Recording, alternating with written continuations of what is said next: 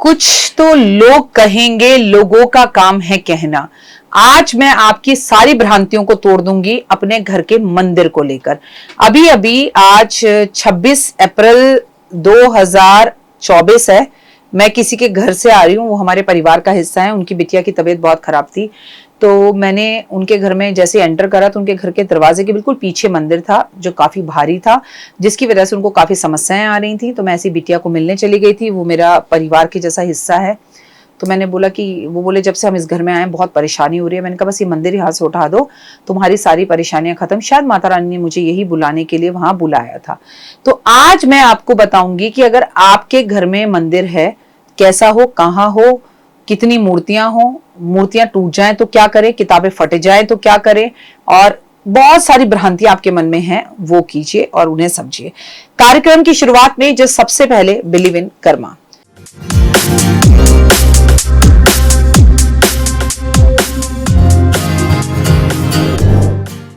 सुस्वागतम, वेलकम, अभिनंदन। मैं हूं आपके साथ आपकी अपनी होस्ट दोस्त डॉक्टर वायरा की। आपका स्वागत अभिनंदन करती हूं आपके, मेरे और माता रानी के इस खूबसूरत से यूट्यूब चैनल पर।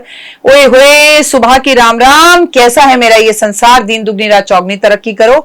देखा ये खूबसूरत सा पेड़, मेरे पति देव के जन्मदिन पर किसी ने मुझे ये ईवल आई का पेड़ दिया। ये पेड़ आपके घर में होना बहुत शुभ होता है, और अगर आपको ये कोई गिफ्ट में दे और नीचे उसके उल्लू बैठा हुआ हो तो ये और भी ज्यादा खूबसूरत और शुभ संकेत होता है। तो मैंने इसे अपने ऑफिस में रख लिया कि उल्लू घर में रख सकते हैं, मंदिर में भी रख सकते हैं, और मिट्टी का हो तो बहुत ही उत्तम। और अगर ऐसे गिफ्ट आपको मिलते हैं जो फेंगशुई से जुड़े हुए होते हैं तो वो आपके जीवन में बड़ी पॉजिटिविटी को लेकर आते हैं। वहां पर कुछ भी नकारात्मकता नहीं होती, तो नेगेटिव सोच को अपने मन में बिल्कुल भी लेके ना आए। मैं आपको बता दूं, हर किसी के घर में मंदिर जरूर होना चाहिए। आज से करीबन 15 साल पहले मैं एक परिवार के घर में गई, उन्होंने मुझे वास्तु करने के लिए बुलाया, दैट इज ऑन प्रीत विहार। जब मैं उनके घर में गई तो उनका वो बिल्डर थे और उनके घर का बुरा हाल था। उनके घर में हर चीज गिरवी रखी थी और बहुत ज्यादा कर्जा हो रहा था, और लोग दुश्मनियां कर रहे थे उनसे। उनके बच्चों की शादी भी नहीं हुई थी। तो उनके घर का पूरा मुआयना करते करते जब मैं फर्स्ट फ्लोर पे पहुंची तो उनकी बहुत सारी अलमारियां थी। मैंने पूछा इन अलमारियों में क्या, खोला तो देखा सारे भगवानों को उन्होंने अलमारियों में कैद कर रखा था, बंद कर रखा था। मैंने पूछा ऐसा क्यों, तो उन्होंने बोला हमें किसी ने बोला है कि अगर हम जितनी पूजा पाठ करेंगे हम उतनी ज्यादा तकलीफ पाएंगे, हमारे गुरुजी हैं, और हमने भगवान को बंद कर दिया। तो मैंने बोला जिस घर में भगवान का ही दम घुट रहा हो, जो भगवान ही जिस घर में बंद हो, वो आपका क्या ही भला कर पाएंगे। और ऐसा कौन सा गुरु है भाई, अगर आपको मंदिर घर से हटवाना है तो मंदिर की मूर्तियां विसर्जित करवा दो गंगा यमुना में, मंदिर की मूर्तियां किसी और को दिलवा दो, मंदिर की मूर्तियां मंदिर में रखवा दो। भगवान को बंद कर रखा है, वो भी बेडरूम के अंदर। ये कौन सी सभ्यता संस्कृति हमारी ऐसी बताती है कि मंदिर में पूजा नहीं होनी चाहिए, घर में पूजा करने से बर्बादी होगी। कलयुग में, कलयुग केवल नाम उद्धारा, मतलब उद्धार करने के लिए श्री राम, राधे राधे, जय माता दी, जय श्री कृष्णा, यही नाम बहुत है। और जो पूजा करें वो तो तर जाएंगे। तो मैंने उनकी सारी मूर्तियां बाहर निकलवाई, उनको दोबारा बोला पूजा शुरू करो। उन्होंने पूजा शुरू करी और 1 साल में उनके घर में 2 शादियां हुई और 2 बहुएं आई। तो चीजें सही हो सकती हैं, लेकिन ये नहीं कि गुरु जो कहे वो आंख बंद करके मान लो, और गुरु ये कहे मूर्तियां घर से निकाल दो, पूजा मत करो, जोत मत जलाओ, तो वो बात तो मेरे सर पे से उतर जाती है। प्लीज ऐसे किसी गुरु की बात मानने की जरूरत नहीं। खूब पूजा करें। आपके घर में मंदिर छोटा हो या बड़ा हो, सबसे पहली बात, मंदिर रसोई में ना हो। दूसरा, आपका घर छोटा हो या बड़ा हो, मंदिर बेडरूम में ना हो। अब कई लोग कहते हैं मैम हम बहुत गरीब हैं, हम सब्जी वाले हैं, हम क्या करें, हमारा तो मंदिर ही जो है वो हमारा एक ही कमरा है, एक ही कमरे में हम मंदिर रखते हैं।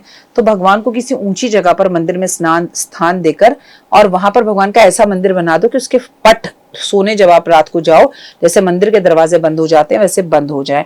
मंदिर घर के ईशान कोण में ही होना चाहिए, मंदिर घर के पूर्व दिशा में ही होना चाहिए। उत्तर दिशा में हो सकता है, पश्चिम में हो सकता है, लेकिन मंदिर कभी भी घर की दक्षिण दिशा में नहीं हो सकता। लेकिन सबसे बेहतरीन है कि वो पूर्व जो है ईशान कोण के अंदर ही हो। मंदिर के अंदर आपको कभी भी 3 गणेश, 3 शालिग्राम, 3 लड्डू गोपाल नहीं रखने चाहिए। आपको किसी को भी मंदिर में तोहफे में भगवान गिफ्ट नहीं देने चाहिए। इस चीज के मैं टोटल अगेंस्ट हूँ।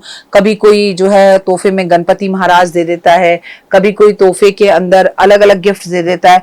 अगर ये गिफ्ट मुझे किसी ने दिया, मैं इन्हें भोग नहीं लगा रही, इनकी पूजा नहीं कर रही। और इतने बड़े बड़े गणपति महाराज जब हम घर में रखते हैं तो वो एक वास्तु दोष कहलाता है। हम इतने बड़े बड़े भगवानों को घर में रखते हैं तो उन्हें हमें सुलाना होता है, उन्हें हमें स्नान कराना होता है।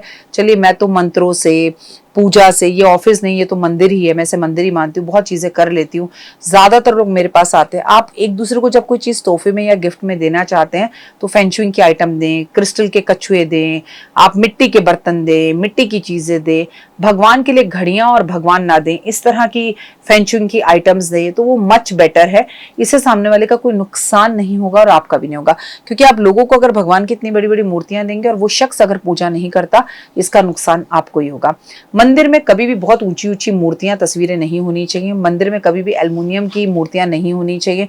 मंदिर में कभी भी भगवान 1 2 3 4 नहीं होने चाहिए। गणपति महाराज तो सबके घर में 2 होते हैं, एक चांदी के हो जाते हैं, एक मिट्टी के होते हैं, लेकिन भगवान को घर के मंदिर में रखने के लिए सबसे बेहतरीन चीज बताई गई है कि भगवान मिट्टी के होने चाहिए।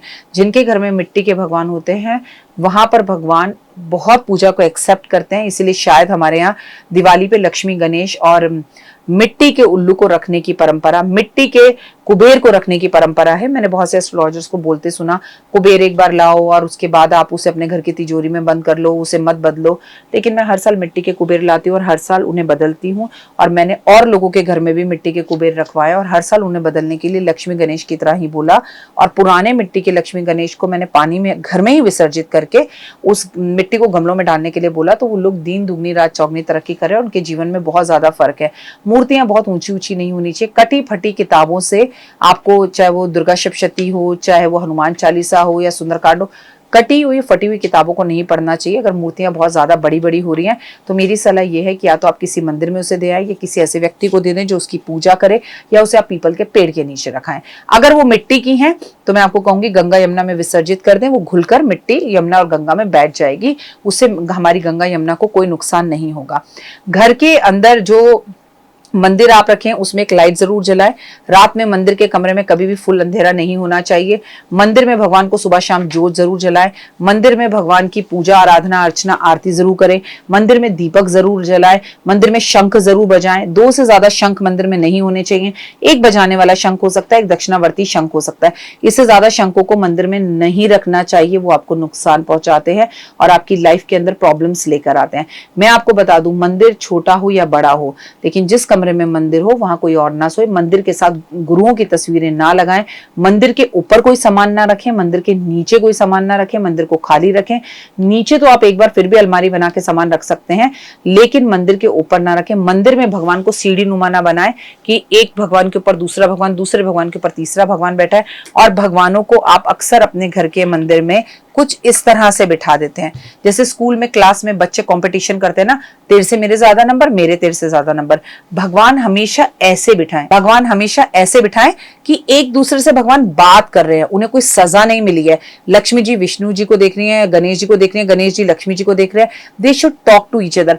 इस तरह से नहीं। अगर आपने अपने भगवान की सभी मूर्तियों को सीधा बिठा रखा है तो उन्हें थोड़ा सा टिल कर दें एक दूसरे की तरफ, काव में बिठाएं, ऐसे सी सर्कल में बिठाएं।